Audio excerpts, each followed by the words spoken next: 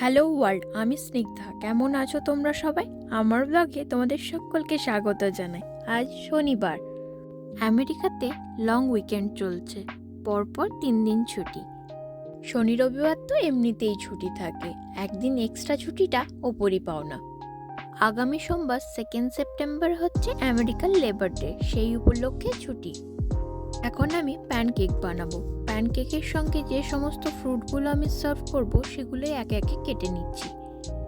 অন্যান্য দিন প্যানকেক বানালে ওটস কলা দিয়ে একটু হেলদি ভার্সন বানাই।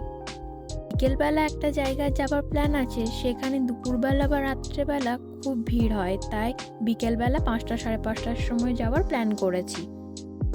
প্যানকেকসের জন্য প্যানটা গরম হতে বসিয়ে দিয়েছি। এটা কাস্ট আয়রনের প্যান তো, তাই একটু বাটার ব্রাশ করে দিলাম। প্যানকেক বানাতে কি কি লাগবে তোমাদের বলি। হাফ কাপ হালকা গরম দুধের মধ্যে 1 টেবিল স্পুন ভিনিগার দিয়ে বাটার মিল্ক বানিয়ে নিয়েছি।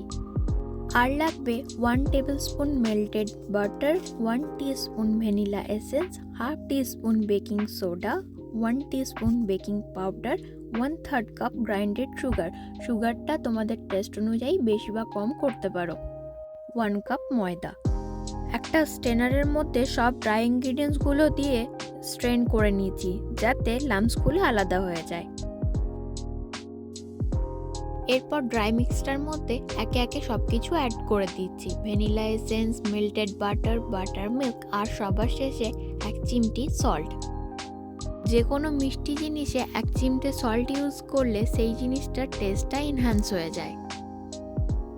ব্যাটারটা আলতো হাতে ধীরে ধীরে মিক্স করে নিচ্ছি। কেকের ব্যাটারের মতো খুব বেশি মিক্স করব না, শুধু দেখব যেমন লাম্পস না থাকে।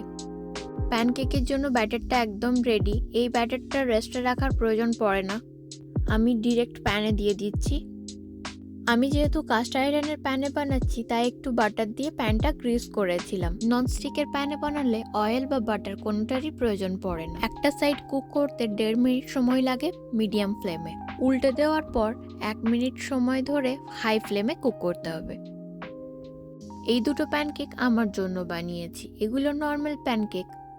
সমুদ্র বললো ও ব্লুবেরি প্যানকেক খাবে, তাই ব্যাটারটাতে ব্লুবেরি মিক্স করার আগে আমার জন্য দুটো বানিয়ে নিলাম। এবার প্লেটিং করে নেব। ওপর থেকে কিছুটা গ্রাইন্ডেড সুগার ছড়িয়ে দিলাম, সঙ্গে 1 কিউব বাটার দিলাম। আজকে বাড়িতে মেপল সিরাপ নেই, তাই হানি দিয়ে সার্ভ করছি। ফ্রুটসের মধ্যে দিচ্ছি আম, কলা, ব্লুবেরি। প্যানকেক তো অনেকে অনেক কিছু দিয়ে খায়, নিউট্রেলা, হানি, হুইপড ক্রিম, মেপল সিরাপ, কিন্তু আমি বলবো একবার আইসক্রিম দিয়ে ট্রাই করে দেখো, তারপর আর অন্য কোনো কিছু দিয়ে খেতে ইচ্ছেই করবে না। এখানে সমুদ্রের জন্য ব্লুবেরি প্যানকেকগুলো হচ্ছে।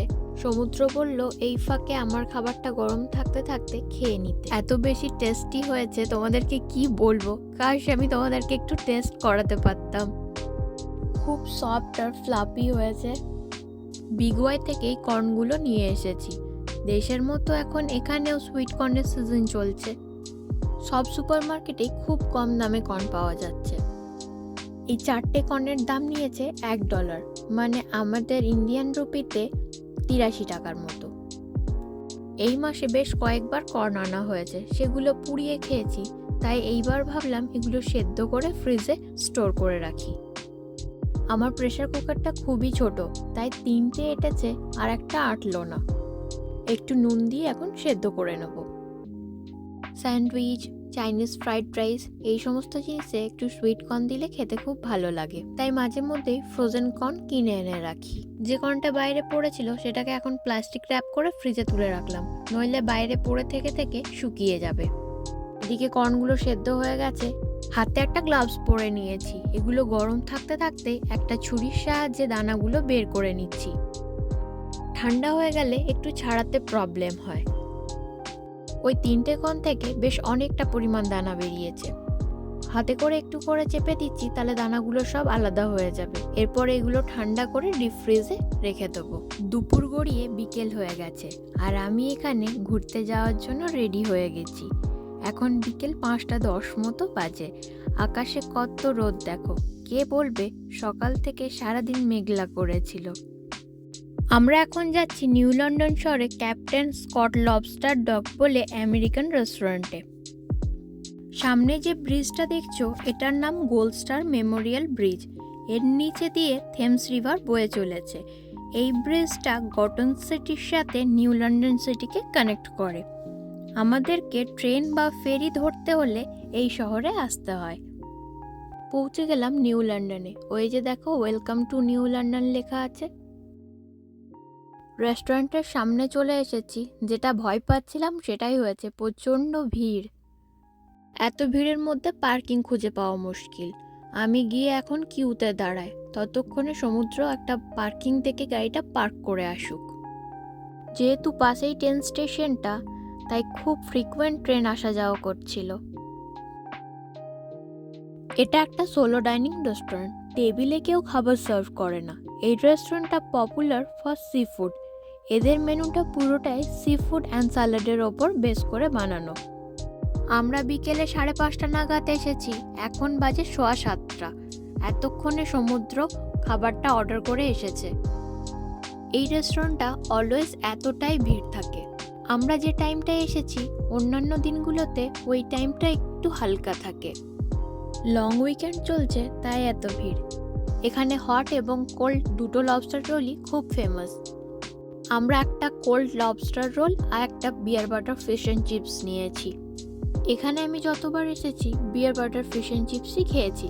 ওটা খেতে আমার খুব ভালো লাগে। তবে প্রথমবার লবস্টার রোল ট্রাই করলাম, খুবই ভালো লাগলো।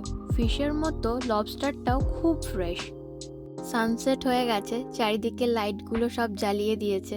এখানকার বয়স্ক লোকগুলোর মধ্যে প্রচুর এনার্জি।